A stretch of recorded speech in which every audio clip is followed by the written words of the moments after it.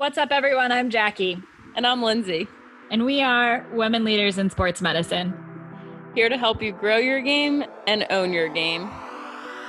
Today we have an awesome podcast for you with Chelsea Best, one of the few female athletic trainers working in football at Indiana University. We talk about her journey into working with a male sport as a female, not being afraid to shove yourself through the door, learning how to be tenacious, and how you can never cross the ocean unless you have the courage to lose sight of the shore. If you want more information about the network, head over to www.womenleadersinsportsmedicine.com. And as always, thank you for joining, and we hope you enjoy listening in. Hi, everyone. Welcome to another podcast of Women Leaders in Sports Medicine. We are super excited and grateful to be chatting with Chelsea Best today, and she's one of the athletic trainers for Indiana University, and she works with their football team, which is pretty cool. Not a lot of athletic trainers, female athletic trainers, I should say, with football. So we really appreciate you coming and speaking with us today. Chelsea, how are you doing? I'm good. Thanks for having me. I'm super stoked to be here. Yeah. So how we've been starting off the podcast, again, weird times, everyone knows it. How has this time off been for you? Because you guys have been off, correct? Yeah. So it was actually wild. So it was during our spring break. All the student athletes got to go away. We get the week off as a staff. Mm-hmm. I was home with my family on the verge of going to see my best friend. And that's when IU made the announcement and said, hey, just kidding. You're not coming back here after spring break. It was a little chaotic. And so I was canceling flights and rebooking stuff because I knew everything was going to shut down at that point. So it's been interesting. This is probably the longest time off I've had technically away from football in, 6 years. So wow. Yeah, it's been interesting. I've definitely learned a lot about myself in these last 2 months in terms of I don't like working out at home. That's a big old no for me now. It's good effort. I can't do it. It's not fun for me. But then it's been cool because it's like, okay, if I really did want to get a good workout in, I don't necessarily have to go to a gym. So that's been eye-opening. I've been able to cook all of those recipes that I've saved on Instagram for years. I've actually cooked those, so that's cool. Yeah. And then just actually enjoying this time. It's actually made me really miss football. I think I've watched everything football related on Netflix at this point. And just kind of desperate to get back, but I know that it'll be nice that I actually have been able to re-cherish my love for the sport and the game. And I actually miss some of these knuckleheads that I work with. So being able to see them again won't necessarily be like an ugh. It's like, all right, come here. Let me give you a hug kind of thing. Yeah. I think that's a good point you bring up, especially when something that's expected to kind of be there every day. At least for Jackie and I, our jobs, one thing was job security. We know we'll always have a job, but then for me, at least, we kind of went cold turkey for 6 weeks. To have that suddenly taken away from you, it's super, kind of like you said, super eye-opening, and definitely makes you appreciate it more so than probably we thought we were doing to begin with. So I think that's great that you've been doing all that. Yeah, if anything, it's been a time for just kind of personal development and reconnecting with those things that you cared about. That's awesome. So kind of getting into it a little bit more. Usually what we like to start off with is really wanting to know your why. What got you into wanting to get to athletic training, and has football always been part of your why? So I like to answer these questions with starting out and saying this corny joke that I think my dad hates now, but I joke that I'm the son that he never had. It's just me and my little sister. And so I think he's tired of this joke. I say it all the time. He's okay, listen, I think you can retire that one, but I personally love it. So Russ can continue to hear it. But so he instilled this love of football in me at a very young age, probably when I was 5. That's my first memory of sitting and watching a New York Football Giants game with him, because we're from Jersey. So that's the only appropriate team to go with. All other ones are wrong. Eagles. Oh, sorry. What? Just kidding. Continue. It's wild. Yes. But no. Yeah. The Eagles are wrong. The Eagles are wrong. Giants, that's it. Jets, that's not even an option. No. so many people are going to be like, this girl sucks. But, No. but so that was like instilled in me, and I just love the game. He made me truly like love the beauty of the game, not necessarily the brutality of it. And so that kind of just stuck with me forever. And so I figured out athletic training was a thing because I was always that injured, poor soul for sports. You know, I started running cross country competitively when I was in 5th grade, and no one ever taught me like the right and wrong way to do it. No one ever taught you like what shoes to wear. So come 8th grade, transitioning into high school, the mileage changed, the demand on my body changed, and the intensity changed, and my body was not ready for it. And so I spent a lot of time in my athletic training room in the cold tubs. And it was one day I was alone. I don't know why I was alone in the athletic training room, but I was in the cold tub and I'm bawling my eyes out because I just had a rough day. It was a rough run. I knew I wasn't going to do well that weekend at our race. And in that moment, I knew immediately, I don't want anyone else to feel the way that I do. I knew that, okay, if this is the person that's helping me, my athletic trainer, I want to do that. I want to make sure that I can keep other athletes from crying in a cold tub after. So then I kind of was able to put together, okay, my athletic trainer who works with me in the cross country team also goes out and covers football practices. And then I started taking notes. There were athletic trainers on the sidelines for Giants games and for Penn State and Rutgers games that we would watch. And so that was what really got me into it was, okay, this is what I love. This is what I want to do. I can put the two together and it'll be a great time. That's awesome. I mean, I think a lot of the best people in sports medicine have a story where they can relate to their athlete. And like a lot of our athletes have had that situation of like crying in a cold tub sort of situation. I mean, just the demand from going from, you know, like elementary, middle school athletics to high school athletics is brutal in itself. Yeah. And then having that moment of like, well, like, I love this and why can't I do it? Like, it really pushes you to like seek for answers. So I think that's cool. I mean, I love that you touched on like the story with your dad, and your joke is awesome, whether he like likes it or not. Dad jokes are the best. So that's cool that you've been able to kind of combine two worlds and actually be able to make that happen. That's amazing. Yeah.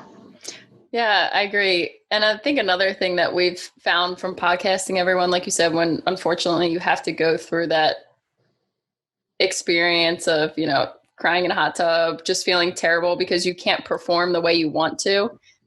It really helps you as a medical professional, like tap into that empathy and like really be able to empathize with whether it's your patient, your client, and what they're going through. Because when you have long hour days, which I'm sure you do, it's probably easier to come back to that moment and be like, okay, this is my why. And then it's like you get a new source of energy when you're working those long training days. So yeah, I think that's great. Speaking of long training days and long journeys, no, I'm kidding. But I know our listeners out there would love to know a little bit about your journey. So just how you got to where you are today and some of the unique opportunities you took advantage of that maybe you feel helped you get to Indiana. Yeah. So I talked about this journey on another podcast, and one of my friends was like, "Child, that was awesome, but like way too long." And so I knew next time I got this question asked, I was like, okay, I got to find like the abridged, like smaller version of it so that we're not sitting here for like an hour and a half and I'm just rambling. It's because it's long. But so long story short, no pun intended. After high school, I wound up getting recruited by a D3 school, Meredith College, Go Avenging Angels in Raleigh, North Carolina. They're right across the street from NC State. So it was like a very cool, like dynamic of it's a women's college, but this gigantic university is right down the road. So I didn't really feel like I was at a smaller school. And I ran competitively my freshman year and then realized I no longer wanted to be an athlete. I was done. I was over it. I was dreading races. I was hurt still. I was over it. So I realized, okay, I can actually put forth the time towards my dream, which is athletic training, which unfortunately Meredith did not have a program for. And so I knew I had to transfer, and I transferred to East Carolina University. But my story really started the summer between leaving Meredith and starting in Greenville, North Carolina. And I emailed the head athletic trainer for UNC Chapel Hill and their football team. I was a huge Tar Heel fan, wanted to go to the underground, straight up not smart enough to go there. So I was like, I'll cut my losses and we'll be fine. And I just said in this like very bizarre email, it was like very unprofessional. And I think I was just like, my name is Chelsea Best and I'm a sophomore and I'm transferring and I really just want to get into athletic training and I really want to work in the NFL. And I would love to come shadow you. Blah, blah, blah, blah, blah, blah. Like just, it was, I think if I look back at that, I'd be like, what in the world? Like, why did they even answer me? But they did.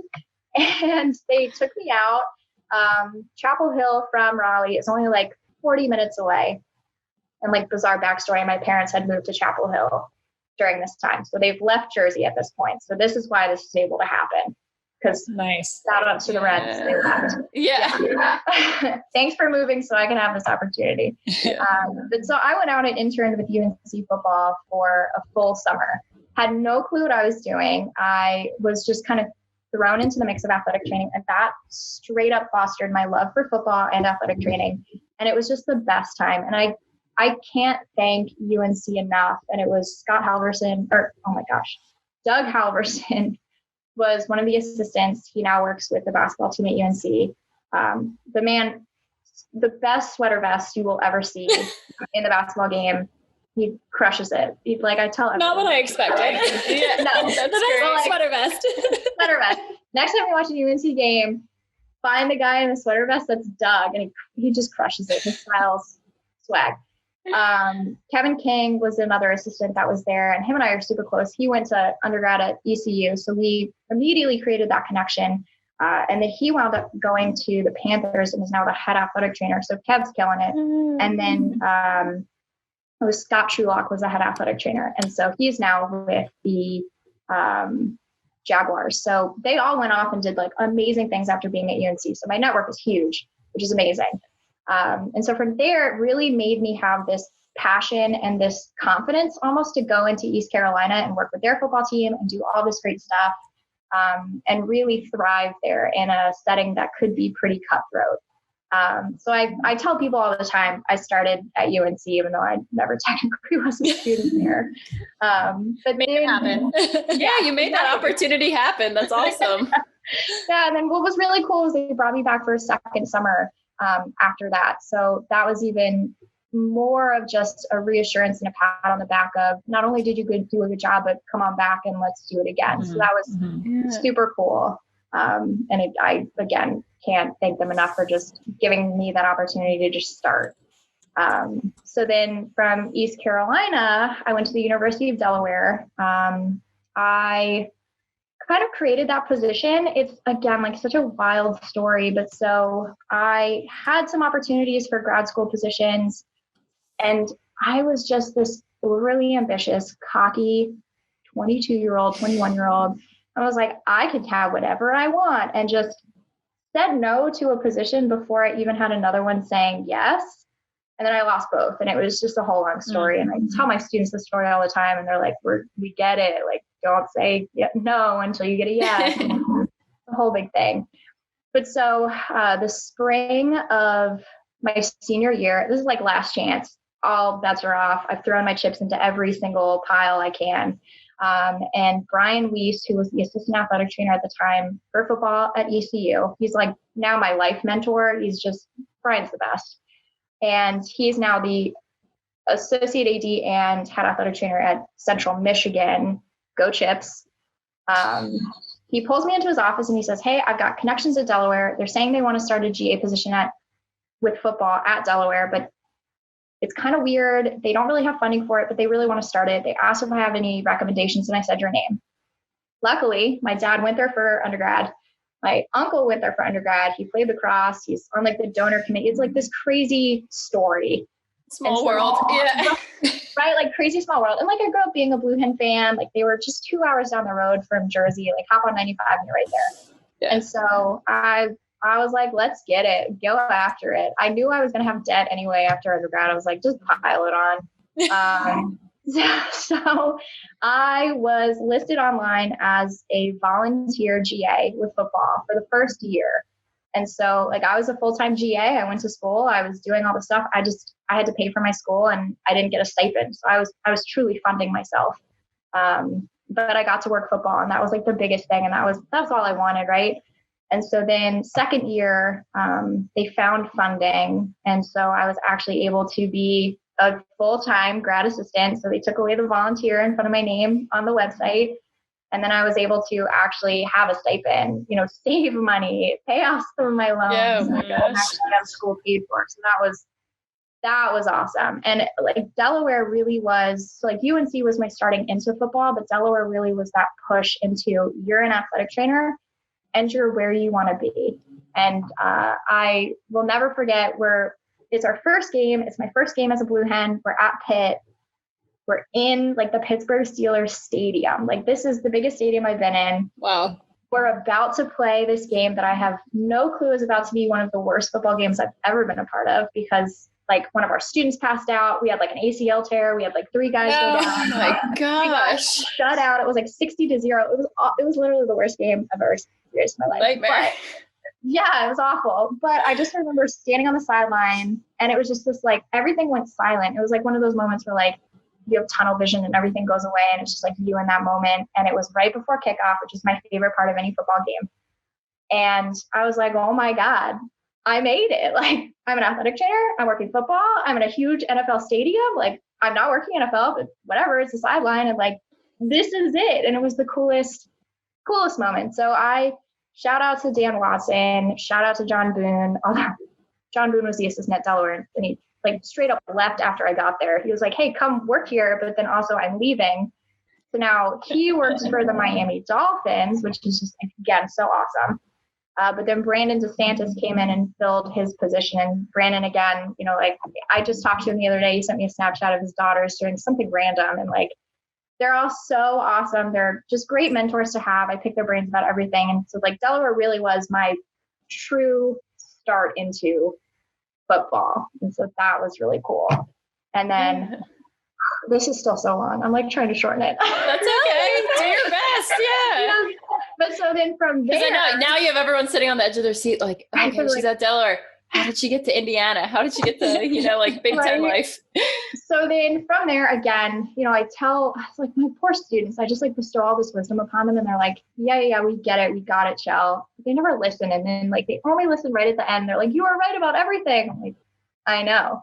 And so the biggest thing that I tell them is athletic training is such a small world, just like any other, strength and conditioning, PT, all of these things, they're all very small, close-knit communities. And so it's all about who you know.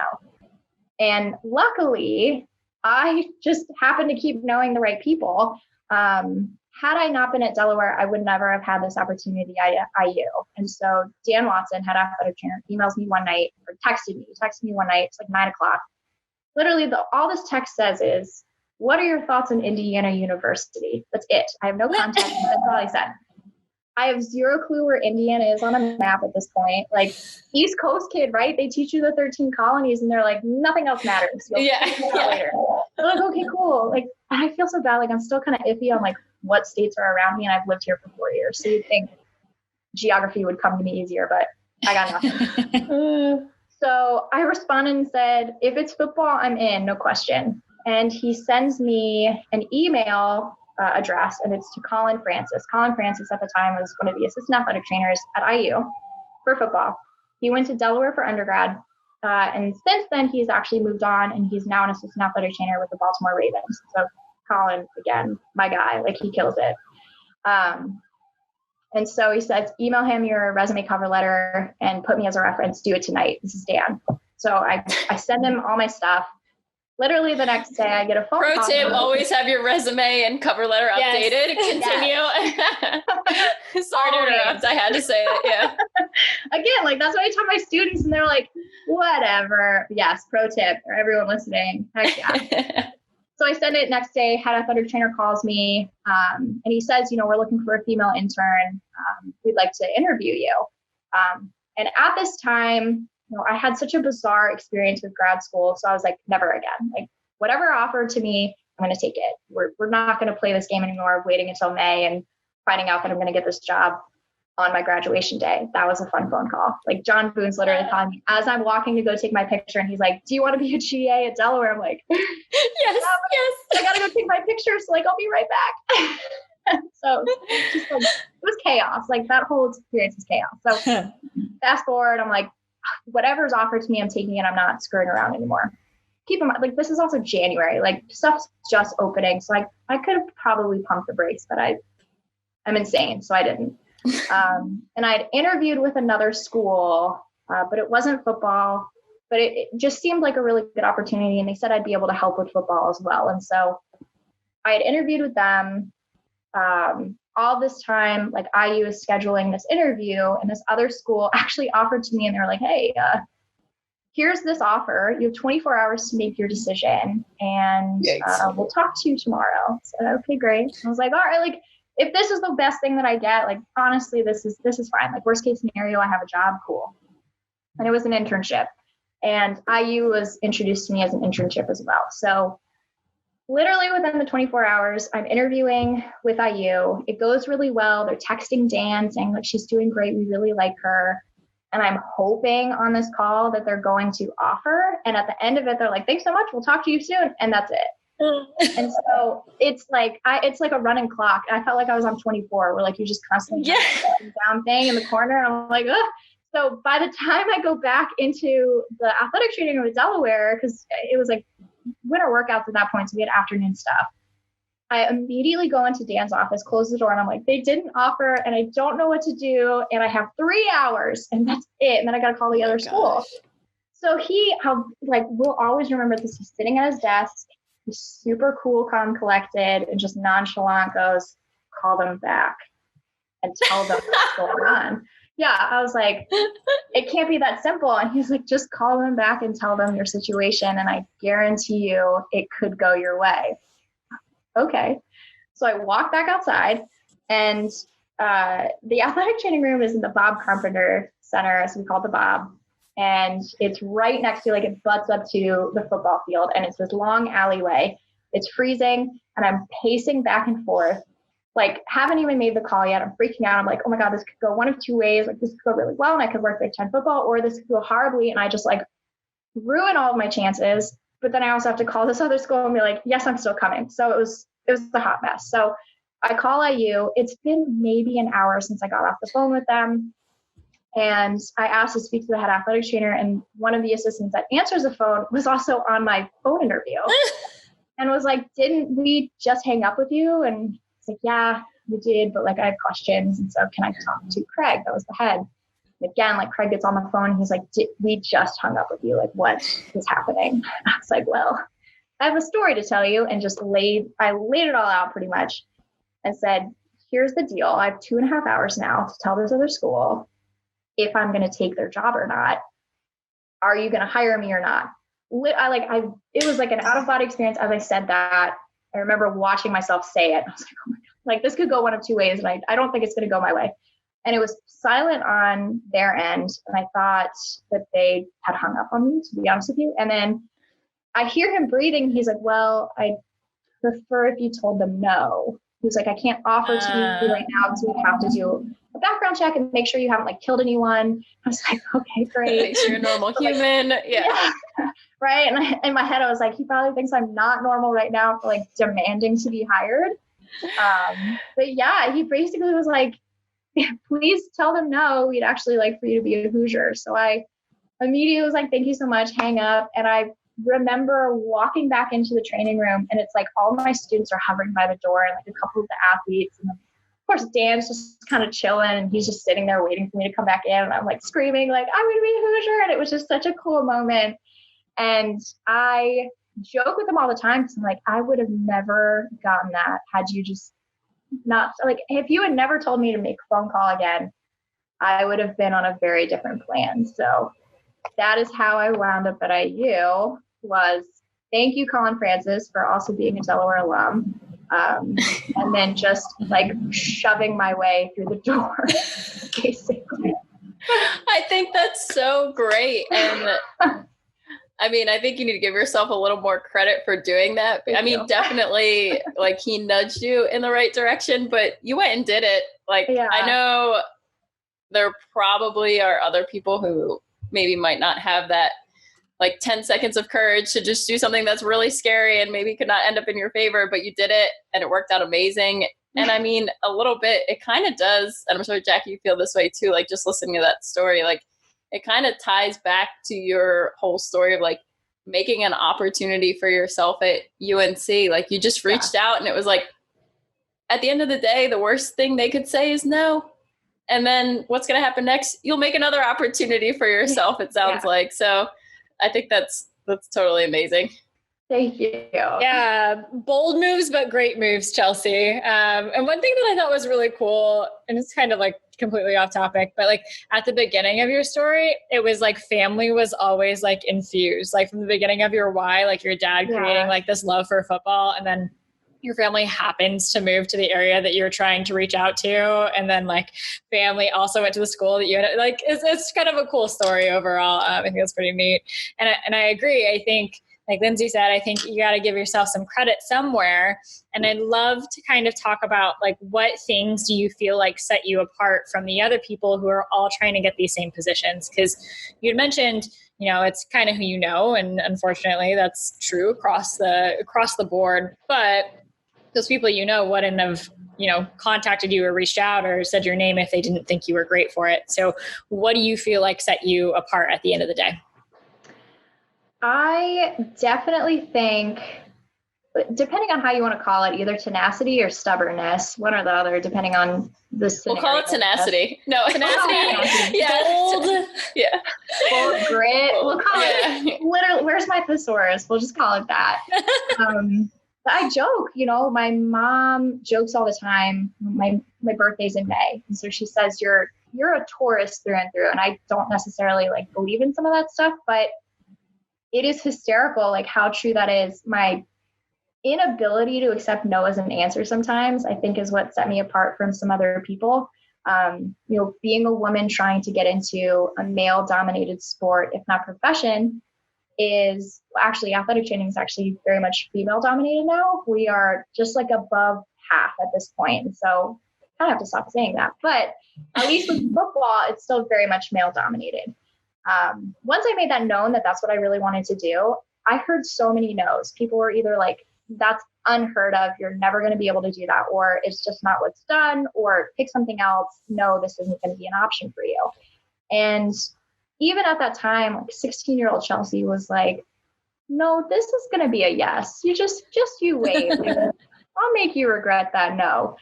And so, like my tenacity, I think, is really what got me, you know, to just write that email to UNC and then to go after it at Delaware and then to just be aggressive on a phone. I think that's really what set me apart, is that inability to accept failure at that point at such an early stage where I know I'll succeed.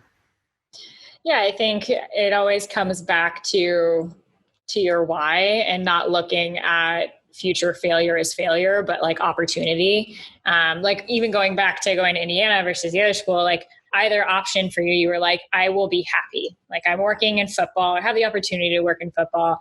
Like either of these situations are a good situation for me. And so it makes it, I mean, I'm sure it was very scary at the time, but it makes it a little less fearful to be like, you know what? Yep, I'm going to call him back. I'm going to do it. Let's go for it. And then I think also that tenacity, you know, you mentioned like maybe not so much male dominated anymore, but we were talking to someone else who kind of phrased it as maybe more male powered. So having that tenacity and being able to push forward and show yourself as a leader in your field, or like even just show your passion in the field. I think a lot of people respect that a lot. And it clearly comes out in how you talk about, you know, the game and athletic training together. So I think that's a really good piece of advice, is, you know, not being afraid to, you know, be bold a little bit. I like that. Bold. We'll say bold. Yeah, we'll say bold. Bold is good. Yeah. And I feel like already you've mentioned, it sounds like so many great mentors and like not just people you've connected with. So has there been throughout this journey little pieces of advice maybe that your mentors have given you? It could be like one, could be two, not like don't have to go anything crazy, but maybe just something they've given you that you've kind of carried with you through your journey, or you've been able to implement kind of at each step of your career. Yeah. So that's actually such a great question. And thinking about it, you know, I've had so many great mentors, and yeah, definitely have taken little bits and pieces from them. And it's kind of like a melting pot of all these different personalities and thoughts and kind of feelings about athletic training and my success and things like that. But there was never like Mr. Miyagi type moment with my mentors of like what they're saying is very important and should probably have like a soundtrack to the background of it, like a spotlight. Like that never really happened to me. It was always just like these great moments that I had, and I kind of just picked and pulled from, and that's what's made me into who I am today. But there really was this one quote that I always use, and it straight up has really changed my life. And unfortunately, it's an anonymous quote. And so I kind of hate that there's like no one I can tag it next to, but it kind of just like fell into my lap. I was a senior. It was right before senior year, and I was living in Greenville. It was me and two other girls that are in my program. One of my roommates was like super crafty, and she was getting ready to make this collage, and she was going through like these nautical themed quotes because, of course, East Carolina Pirates, you got to. And it just kind of was one of those pieces of paper that she kind of put off to the side, and she was like, no, I don't want to do that one. It's too long. She went with work like a captain and party like a pirate. I was like, literally, this is the worst. Like, that's what you chose? Because this is the quote. It was, you can never cross the ocean unless you have the courage to lose sight of the shore, which is a mouthful. And again, it's anonymous, which just drives me insane. But I was like, this is monumental. And it was like my head exploded. I was like, this is amazing. And I loved it so much. I individually cut out all these different letters and like posted it on my wall in my undergrad room, and then still loved it so much. And it truly was what made me take that leap to Delaware. I put it onto a poster and put it in my grad school room. And then again, that's what was like, you don't know where Indiana is, but take that leap. Like, you can't cross this ocean until you step away. And now it's like very adult, beautifully calligraphied, and it's like really it's nice evolved as you have. I was gonna say, yeah, it's evolved. And so from this like crazy hodgepodge like undergrad to like this very adult, like it looks good, it matches with all of my stuff in my room. But that quote has molded me and really actually affected all of the decisions that I've made in terms of, you really can't grow unless you take a risk. So you have to take your eye off the beach, look at the horizon, and just go for it. Yeah. I mean, there's not much more to say to that, to be honest. Like, you can't grow if you're inside your comfort zone, if you're not willing to take a little bit of a risk, put yourself in a situation where you are uncomfortable.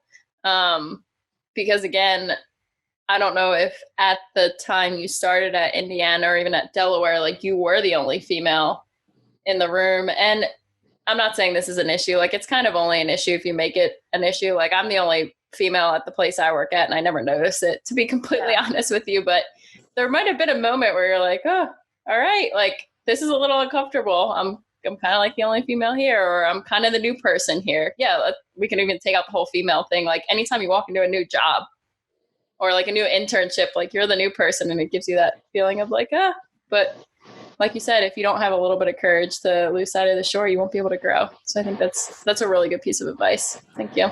Yeah. Thank you. Yeah. I think, in a way you were like your own Mr. Miyagi. Like, you know, like you talked about like that moment of having a mentor, have like the soundtrack and the shining light. Right. Like, earlier you were like, I was standing on the football field right before kickoff, and it was like everything silent.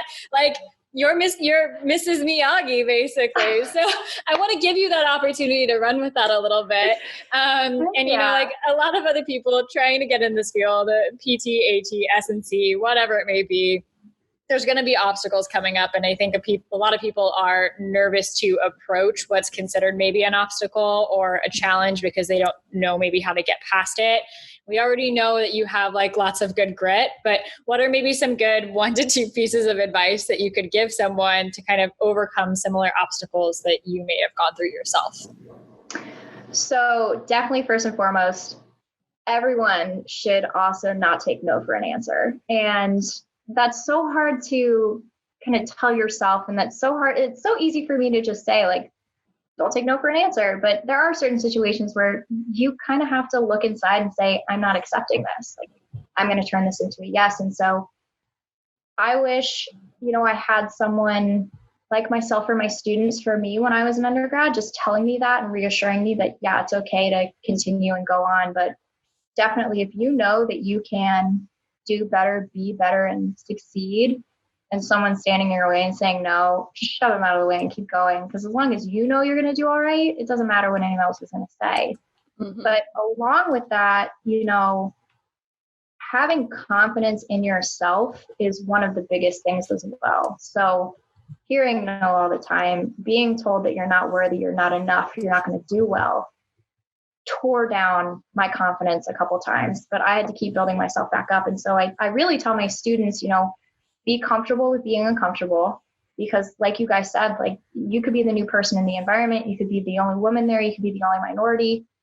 But as long as you're confident in yourself and you know that you're going to do well, not only is it going to inspire you to continue to make change and to actually do better, be better, and succeed, but it also inspires other people to help you as well. Because when they see that you invest in yourself and that you're actually caring about where you end up, others take notice and they want to help you along the way. And so having confidence in yourself not only really helps you from the inside out, it also makes people take notice and want to be a part of your journey as well. Those are great. I think I love the not taking no for an answer sort of thing. I always like to tell my students and people I mentor, if not no, then why not?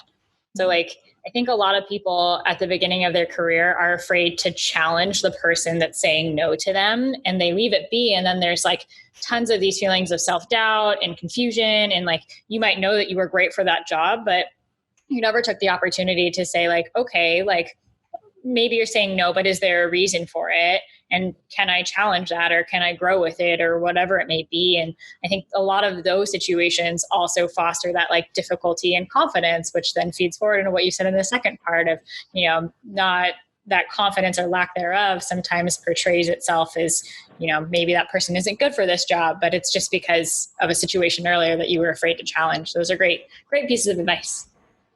Thanks. Yeah. And kind of, yeah, I know. I love that. Wax on, wax off, let's go. To kind of wrap things up. So have you had maybe a funny moment or an interesting moment in working in college athletics at all? Oh my, yes.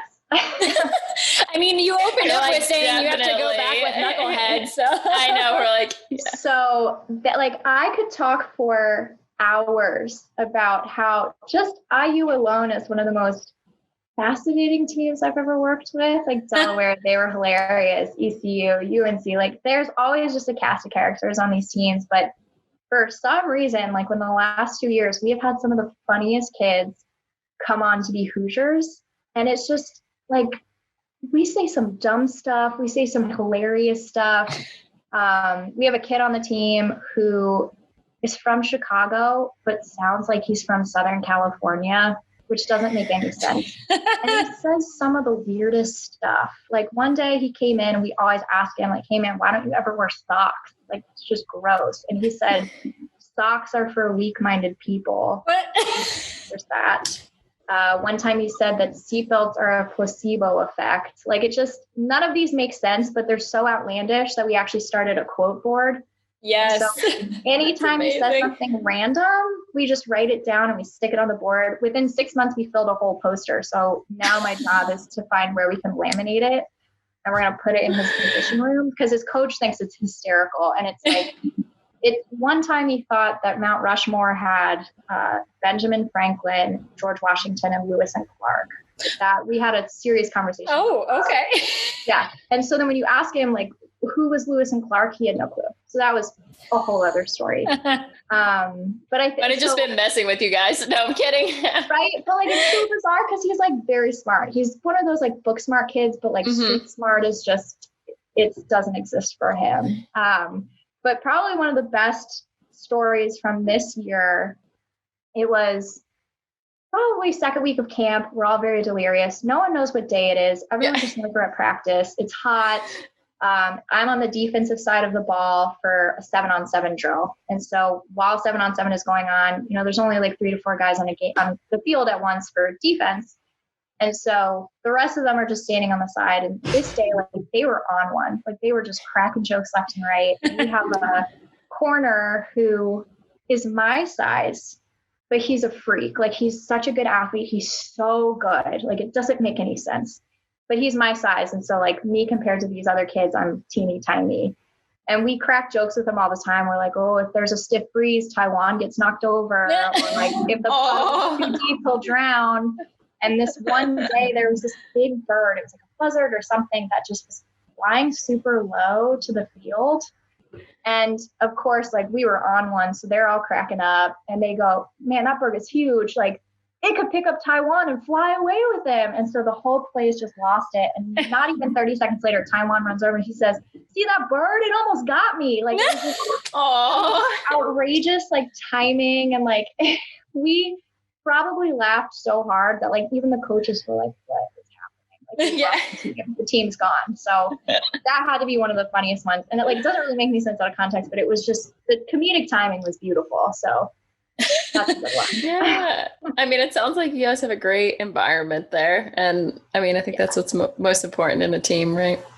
Oh yeah, definitely. Definitely don't feel like I ever work a day in my life because I go to work every day and I know I'm going to laugh, which is terrible because I'm getting like laugh lines.